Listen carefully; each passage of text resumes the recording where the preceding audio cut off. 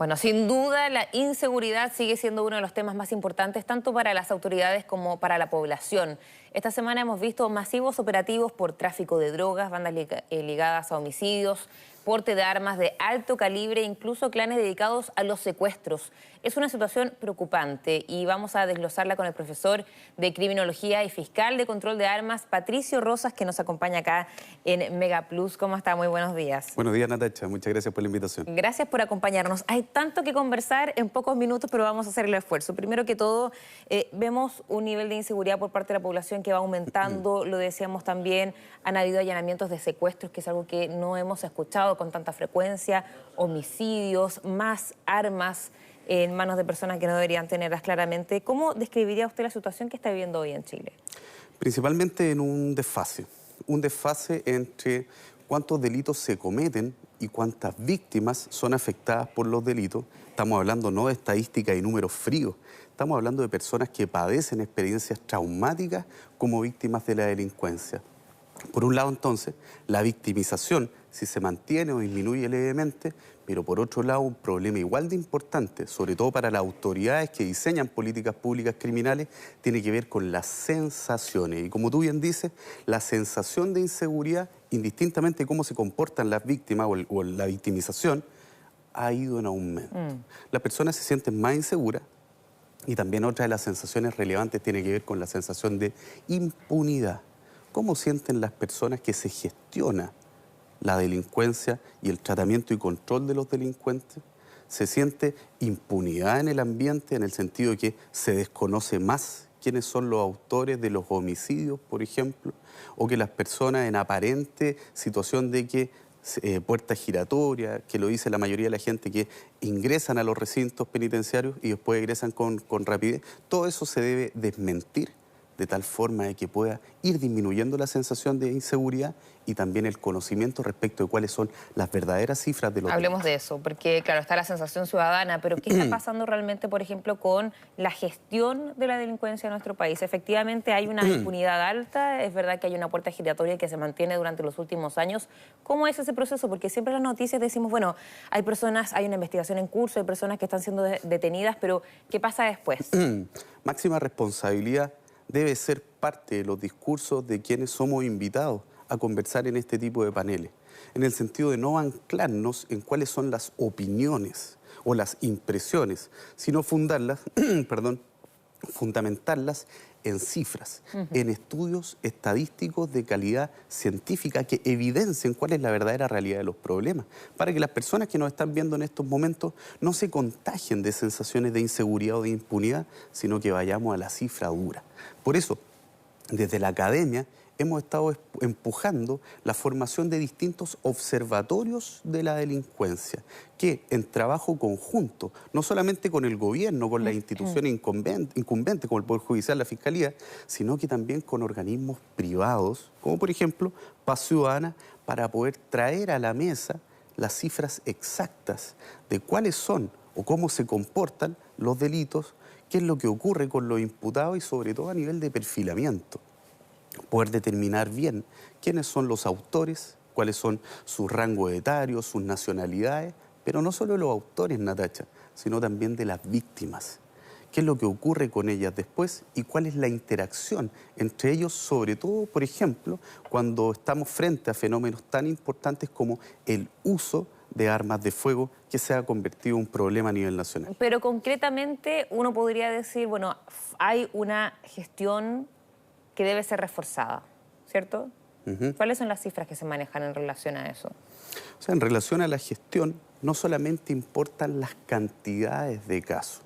Si hiciéramos un análisis, por ejemplo, del comportamiento de los homicidios desde el año 2016 hasta el 2020 aumentan gradualmente.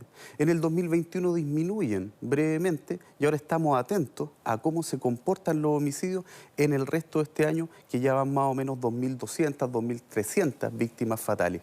Pero no solamente el cuántos homicidios se cometen en Chile, sino que también el cómo se cometen. O sea, pasamos de lo cuantitativo a lo cualitativo. Pero en lo cuantitativo es más que antes.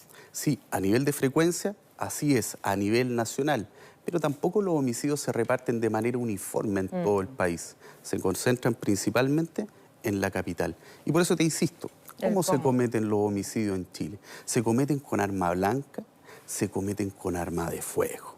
En una cifra que el uso del arma de fuego es el principal medio comisivo con el cual se mata en nuestro país. Y se llegan hacia las principales constataciones. En primer lugar, ¿en Chile se mata más que antes?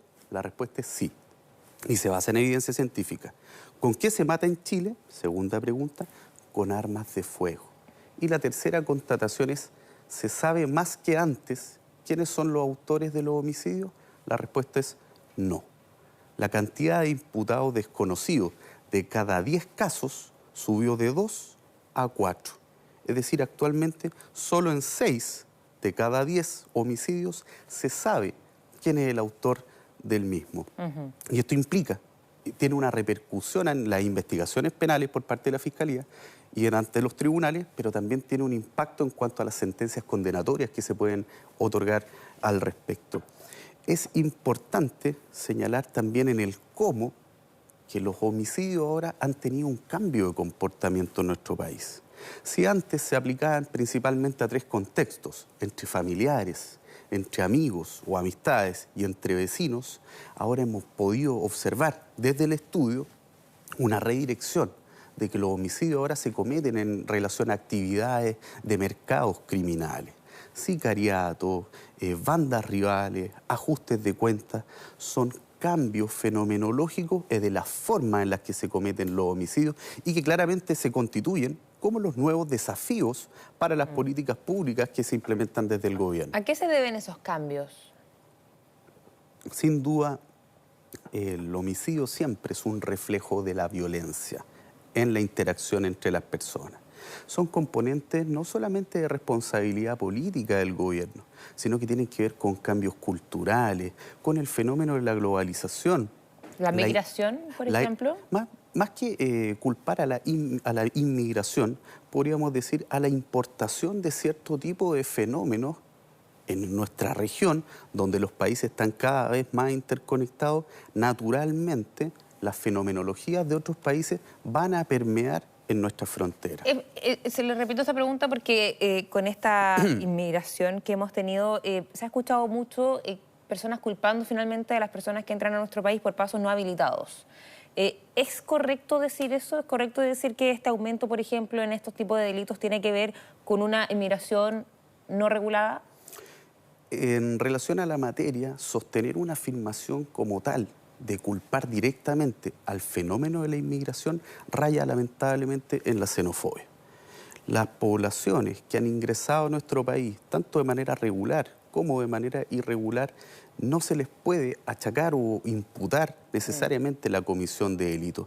Y ojo, que las minorías... Muy importante que lo aclare, porque hemos escuchado mucho ese tipo de comentarios últimamente. Y ahí está lo interesante de estos foros y estos paneles de conversación, porque podemos traer información científica para desmitificar impresiones u opiniones de las personas. Recordemos que las poblaciones inmigrantes no solamente en una mínima fracción se ven involucrados en delitos, pero no solamente como imputados, sino también como víctimas. Claro. La vulnerabilidad en la que se encuentran principalmente aquellas personas que ingresan de manera irregular a nuestro país, los deja a merced de estructuras criminales que son las verdaderas responsables de los delitos que se cometen. ¿Cómo se podría haber detenido, por ejemplo, estas relaciones que estamos viendo con el Tren de Aragua en nuestro país? En relación al Tren de Aragua y otras organizaciones criminales, son las que se constituyen en los modernos desafíos desde las políticas públicas para abordar esa criminalidad. ¿A qué tipo de delitos ellos se dedican? Al tráfico de drogas, al tráfico de armas, a la trata de personas, al tráfico de inmigrantes, pero también a las estafas, a lo denominado gota a gota, entre otras figuras delictivas. Hay dos fenómenos bien importantes, Natacha. En primer lugar, identificar las estructuras y determinar cuál es su composición. ¿Existe un jefe, un intermediario y subalterno en la organización? ¿O son organizaciones más de nivel horizontal, donde las personas se van poniendo de acuerdo para cometer distintos tipos de delitos? Estructura. Pero en segundo lugar, mercado. ¿Cuánto se financian? ¿Qué ganan? ¿Qué hacen con el dinero? ¿En qué lo invierten? ¿Lo mantienen en el país? ¿Lo mandan al extranjero? Son parte de los desafíos. Y aquí el mensaje optimista. Se están tomando decisiones en tiempo real, organizadas, para poder generar convenios y observatorios, no solamente entre lo público, convenios entre Fiscalía, Poder Judicial, el Ministerio del Interior, Prevención del Delito, sino que también se está invitando actualmente a otros intervinientes a que vengan a colaborar. Las universidades públicas, como la Universidad de Chile que represento, pero también otras universidades y también organismos privados, observatorios privados como la Fundación Paz Ciudadana, son distintos incumbentes que están siendo invitados a opinar, pero también a proponer, con propuestas concretas, Natacha, poder hacerse cargo de las políticas públicas en los 3 niveles. Prevención del delito, segundo, control y persecución de la delincuencia, pero un tercero que es muy importante, la reinserción social. Porque el problema de la criminalidad no se resuelve con personas privadas de libertad, presas en prisión preventiva o condenadas, sino que después hay que pensar en qué ocurre y hay que hacerle el seguimiento. No para volver a encarcelarlos, sino también para pensar en cómo insertarlos en la sociedad. ¿Qué le parece el plan que lanzó el gobierno, el plan anual de fiscalización del control de armas? Porque sabemos que, y lo conversábamos justo antes de esta entrevista, que hay, por ejemplo, armas que están inscritas bajo nombres de personas que están fallecidas, cerca de 200.000, o hay una gran cantidad de armas que aparecen como extraviadas, por ejemplo. Y por eso el gobierno ha impulsado esta medida para subir del 2 al 5% de la fiscalización que hay hoy en día hasta un 10%. ¿Cómo analiza ese plan? ¿Cree que es suficiente o mejoraría algún aspecto de él? Mientras no contemos con una agencia civil de control de armas de fuego, claramente esta medida es óptima en cuanto a que se redirige la eficiencia y la suficiencia de los recursos que están destinados para poder ir a controlar en terreno dónde están las armas de fuego. La fiscalización tiene un doble objetivo: ir al domicilio para verificar si es que el arma de fuego inscrita está en ese lugar, y en segundo lugar, para verificar si el sujeto que la tiene inscrita la mantiene en su poder y mantiene los permisos. Hasta ahora, la fiscalización no ha aumentado entre un 2 y un 5% de las casi 800.000 armas de fuego que están inscritas. Si esta fiscalización se intensifica hasta un 10%, es una cifra muy interesante, pero sobre todo debe ir acompañada de una matriz de riesgo que dirija selectiva e intencionadamente qué tipo de armas de fuego se van a fiscalizar. El informe de Contraloría General de la República sobre la DGMN del año pasado fue demoledor. Las armas que se encuentran a nombre de personas que están muertas, las armas que están a nombre de personas que están presas, condenadas, y las armas que están inscritas a nombre de personas prófugas de la justicia son una preocupación. Sobre ellos debe anclarse el modelo de fiscalización. Y no estamos hablando de personas que tal vez viven en las zonas más acomodadas de la capital, sino que también armas que nunca han sido fiscalizadas desde el año 78 hasta ahora, sobre todo en barrios desmedrados, barrios vulnerables, donde también son utilizadas. Y aquí, perdona Natacha, pero muy importante hacer el énfasis en la fiscalización de las armas de fuego. Las últimas cifras de Carabineros dan cuenta que cada vez se está incautando de manos de la delincuencia menos cantidad de armas. 2.400, 2.200, 1.900 armas a la baja son los reportes de incautación por parte de Carabineros en sus cuentas anuales. Claramente hay que reforzar la fiscalización, como lo está haciendo decididamente el gobierno, pero también hay que reforzar la incautación investigativa para que los delincuentes tengan menos armas de fuego en su poder. ¿Pero cómo? Porque sabemos también que han salido varios reportes diciendo que cada vez hay menos policías. ¿Quién fiscaliza ahí? Porque hay tanto que hacer, siento yo, profesor, de que está el tema de las armas de fuego, los delincuentes, que estamos viendo delitos nuevos, también falta de policías, de carabineros, de policía de investigaciones. También se habla tanto de este proceso judicial que vive las personas finalmente que están imputadas, que debería fortalecerse más. Entonces, ¿cómo se hace todo eso? Esto es un engranaje que es bien complejo de impulsar. ¿Por dónde se parte? Porque claro, una cosa es aumentar la fiscalización, pero se necesita gente para eso, se necesita personal. Tal cual, Natacha. Dentro de las apuestas y las reformas y las modificaciones es que la autoridad fiscalizadora ya no es solo Carabineros, sino también le sumamos los 12.000 funcionarios aproximadamente de la PDI. Pero aún así, si sumamos a los Carabineros y a la PDI, son insuficientes recursos para ir a fiscalizar. Tal vez podríamos proponer observar experiencias como la Argentina o como en otros países europeos, donde al igual que en los vehículos motorizados, que son un objeto de peligro también, igual que las armas, en proporción, ya no es el Estado el que va al domicilio a fiscalizar tu arma, sino que tú eres el obligado a ir a plantas de revisión donde tú llevas para que se haga un examen técnico y se corrobore que esa arma está. Entonces tal vez así no gastaríamos tantos recursos. Sin duda estas son soluciones más a largo plazo, pero hay que aplaudir y felicitar que se están tomando decisiones concretas, por lo menos para dirigir focalizadamente las fiscalizaciones de armamento para disminuir la disponibilidad. Y este es el concepto, Natacha, que me permito instalar. Disponibilidad. Mientras menos armas se encuentren disponibles en manos de la delincuencia, entonces podríamos esperar que los delitos que se cometen con armas de fuego, homicidio, robo, asaltos, portonazo, encerrona, vayan disminuyendo. Esa es la apuesta y ese es el trabajo conjunto por el que deberíamos apostar. ¿Los civiles deberían estar armados? ¿Deberían, o sea, hoy día, por ejemplo, uno puede inscribir legalmente un arma, pero sabemos, por ejemplo, que el presidente Gabriel Boric en su primera cuenta pública dijo que él esperaba que no existiera una tenencia de armas. ¿Está de acuerdo con eso? El comportamiento de la inscripción de armas, sobre todo después de la pandemia 2020 en adelante, ha sufrido un aumento bastante importante. Casi 8.500, 9.000 armas de fuego se están inscribiendo al año en nuestro país. ¿8.500? Sí. Y no solamente ha aumentado la inscripción, sino también han importado de manera importante, han aumentado de manera importante el costo y el valor de las armas. Me sostengo en lo siguiente respecto a tu pregunta, Natacha. El profesor Hemingway de la Universidad de Harvard hizo un análisis en Estados Unidos, donde el tener armas es un derecho. Sí. Y llegó a la conclusión que en menos del 1% de los casos de las personas que tienen inscrita un arma de fuego logran utilizarla efectivamente cuando son víctimas de un asalto en la calle o en sus casas. ¿Por preparación? No, por disponibilidad. Porque nadie puede vivir permanentemente armado, ni en el exterior ni en su casa, sobre todo en Chile, donde casi nadie tiene un permiso de porte en la calle. Y el estudio del profesor Hemingway era interesante en otro término.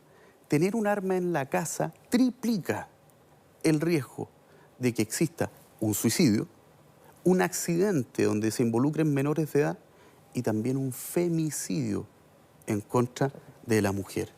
Es decir, lejos de comprar con un arma de fuego una seguridad eficiente, menos del 1%, lo que tú compras es una fantasía, es una sensación de seguridad muy cara, que no solamente el precio del arma, sino también cara por el riesgo en que involucras tu propia vida, la de tu familia, la de tus hijos. ¿Y eso qué significa entonces? ¿Que usted recomienda que en un futuro no tengamos armas? Sin duda, cuando las personas empiezan a reconocer en los actos de la autoridad la confianza de la protección, de que la autoridad me protege, entonces no debería verse la sensación de necesidad de estarse autoprotegiendo con armas de fuego. De todas formas, esta sensación de desprotección está latente en la población a raíz de los delitos que hemos visto lamentablemente. Voy a retroceder un poco en la pregunta que le hice antes de cómo se llegó a este punto. Porque usted dice, bueno, la globalización, se importan ciertos delitos de otros países, etcétera. Pero, ¿cómo se llegó hasta este punto? ¿Cuál es la explicación que hay detrás? ¿No se vio a tiempo? ¿Es algo que se veía venir? ¿Es algo que pasó de la noche a la mañana? O sea, ¿cuál es la explicación de que hoy día estemos así y de que estemos hablando constantemente de este tema de la seguridad y buscando soluciones? ¿Qué falló ahí? Bueno, las razones que explican los delitos son multifactoriales. ¿Por qué ocupo este término? Porque tienen múltiples causas que interactúan entre sí. La que destaco principalmente como fenómeno es el aumento de la violencia. Y el aumento de la violencia tiene una raigambre cultural. Por ejemplo, el uso de las armas de fuego. Es posible, incluso en distintos medios, poder escuchar la música urbana en la cual se hace apología del uso de armas de fuego. Uno puede ver en distintos videos, en distintas películas o series de televisión, el uso de armas de fuego. Es decir, si culturalmente, sobre todo para las poblaciones más desmederadas, hay un discurso donde debes ganarte el respeto de tus amigos siendo violento y teniendo un arma de fuego, pero también debes ganarte el miedo de tus enemigos y rivales utilizando armas de fuego, con ese bombardeo cultural de exacerbación de la violencia, entonces las personas van a terminar usando más armas de fuego. ¿Y en qué tipo de delitos se manifiestan? En las organizaciones criminales, en el sicariato, el pistolero, en los homicidios, en la protección del tráfico de drogas. Mientras se siga faltando a la obstrucción de la disponibilidad de las armas de fuego, mientras las armas de fuego inscritas se desvíen hacia las manos de la delincuencia, entonces cuando haya disponibilidad, las armas se van a seguir utilizando. ¿Y cree usted, por ejemplo, que esta sensación quizás de impunidad o que los delincuentes, quizás, porque sabemos que muchas detenciones tienen que ver con personas que ya habían o ya tienen antecedentes, ¿cierto? ¿Cree que también quizás habría que mejorar el Código Penal en ese sentido? Esa sensación de los delincuentes, bueno, quizás no me pase nada. En relación a la impresión por parte de las víctimas de la puerta giratoria y en relación a la percepción de los imputados, de los delincuentes, es decir, me sale gratis, no me cuesta nada, hay evidencia que es demoledora en ese sentido. O sea, Chile es uno de los países donde los órganos de persecución, Carabineros, PDI y la Fiscalía, solicitan una gran cantidad de prisiones preventivas y los tribunales las conceden por estar bien fundamentadas. Es decir, en este sentido, hay que dar a entender que el delito no rinde, que el crimen, como se suele decir coloquialmente, no paga y que las personas que cometen delitos van a ser investigadas y una vez que se acredite su participación van a recibir una sanción proporcional al tipo de delito. ¿Eso pasa hoy en día? Sí, ocurre. Y en ese sentido hay evidencia que debe ser comunicada. Y Natacha, me tomo el panel en el siguiente sentido. La transmisión de las sensaciones a través de los medios de comunicación debe ser más centrada no solamente en la sobreexhibición de imágenes de delitos que se pueden apreciar en distintos horarios, sino en realidad, y agradezco el gesto de esta invitación para poder, como se dice en jerga futbolística, poner la pelota al piso y volver hacia las cifras que aportamos desde la academia para que las personas moderen sus sensaciones de inseguridad y de impunidad y sepan que hay acuerdos, que se están montando observatorios por parte de distintos organismos y que se están tomando decisiones de política criminal a nivel de prevención, control del delito y también reinserción social. Los resultados de estas medidas, yo sé que es muy difícil hablar de esto porque obviamente cada día es diferente, ¿cierto? Pero uno podría decir que estas medidas que se están impulsando, estas políticas también, van a revertir esta situación en la que estamos como país en el corto plazo. Uno podría decir, bueno, se están haciendo medidas lo suficientemente fuertes para cambiar esta situación, dar la vuelta. Imagínate, a propósito de lo que me estás conversando, un tema de público conocimiento que se gestionó ayer, en el cual, frente a ciertas cifras que ventiló la autoridad política, prevención del delito, ¿cierto?, y desde el Ministerio del Interior, y en relación a cifras que fueron aportadas desde la Fiscalía de Occidente. Eso da cuenta que los fenómenos se están investigando más y ahora hay más transparencia en las cifras que aportan distintas agencias para poder dimensionar la magnitud de los fenómenos. Y qué bueno que se reflejen las necesidades de coordinación, de colaboración entre las instituciones, porque sobre información correcta se toman buenas decisiones. Pero hay diferentes informaciones. O sea, el gobierno, el subsecretario dijo que se estaba bajando en el fondo en relación a los delitos que tienen algún vínculo con los automóviles, pero la Fiscalía dijo todo lo contrario, que está aumentando. Entonces, ¿qué pasa ahí? Porque tenemos dos vías, dos canales de información con opiniones completamente diferentes, con realidades opuestas. Claro, son diferentes, pero no contradictorias. Porque mientras el Ministerio del Interior se fundaba en información policial sobre tipos de delitos, robos con violencia, robos con intimidación, robos de vehículos, la Fiscalía estaba utilizando otra medida de clasificación, encerronas, portonazos, que son conceptos coloquiales que se han levantado desde los medios. Entonces, como son distintas clasificaciones, es normal que sean diferentes y no contradictorias. Pero, como bien se dijo, aquí más que echar a pelear distintas cifras, lo que deben hacer es aunarse, la necesidad de coordinación, de colaboración, de que los datos sean compartidos y no compartimentados. Eso es lo que va a generar colaboración y sobre todo si se invita a participar a las universidades y también a los organismos privados que están interesados en colaborar en esto, se puede armar una gran red y un gran equipo, porque aquí el enemigo no son las instituciones públicas entre sí. El enemigo, ya incluso Mira, voy a cambiar la palabra. El destinatario, para que no hablemos de una pelea, una guerra bélica en contra del enemigo o el delincuente, no. El delincuente es el destinatario para poder, ojalá, intentar disuadirlo, confrontarlo y mejor aún si se pudiera reinsertar en la sociedad. Esta unificación de información y datos es lo que se está haciendo mediante estos observatorios que me han comentado ustedes, ¿cierto? Cuénteme un poco más de eso. ¿Cuáles son los observatorios que se están impulsando para aunar los esfuerzos entre las instituciones? Distintas iniciativas muy interesantes, desde algunas del gobierno regional metropolitano, el gobernador Orrego, junto con la Fiscalía Sur y la Fundación Paz Ciudadana, están haciendo un observatorio del comportamiento de los homicidios en el sector sur de la capital. La delegada presidencial, junto también con otras instituciones, la Universidad de Chile, con la Subsecretaría de Prevención del Delito, convenio en el cual tengo oportunidad de participar, también estamos desarrollando un estudio en relación a cuál es el perfil de las armas de fuego que se utilizan en los homicidios. Como por ejemplo, y aquí está una pregunta que quedó abierta, ¿con qué armas de fuego se mata en Chile? ¿Es armamento inscrito a nombre de particulares que llega a manos de la delincuencia? ¿O es armamento a fogueo adaptado para el disparo? ¿O son las escopetas hechizas? O peor aún, armamento de guerra que viene desde otros países. Perfilar esa información es muy valioso porque, te insisto, sobre información concreta se toman buenas decisiones de políticas públicas. El estudio... ¿Y eso se sabe?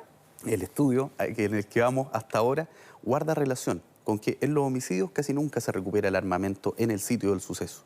Pero si tú revisas todo lo que se incauta en un año, la mayor cantidad de esas armas son de origen civil inscrito. Alerta de preocupación. Claro que sí. Entonces hay que poner más fiscalización, más control y evitar ese desvío. ¿Cómo las armas que deberían estar inscritas en un domicilio llegan a manos de la delincuencia? ¿Qué tipo de armas son? ¿Pistolas, revólveres, armamento largo?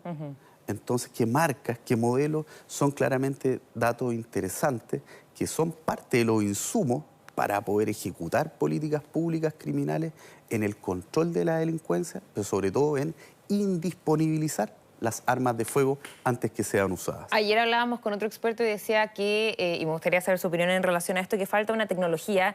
Lo voy a tratar de explicar lo mejor que puedo, pero él decía que falta una tecnología en relación a las municiones que tienen otros países. Por ejemplo, al encontrar una bala, uno podría, con esta tecnología, saber de qué arma provino, que es algo que acá en Chile no existe, según este experto, y que podría obviamente ayudar a disminuir este tipo de delitos.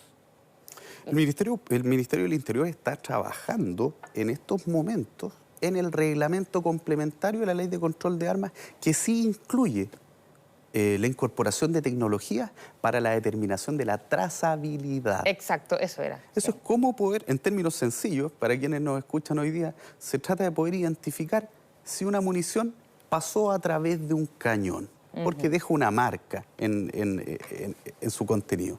De esta forma, si tú pudieras encontrar la munición, tú pudieras decir, esta munición fue percutida o disparada por esta arma.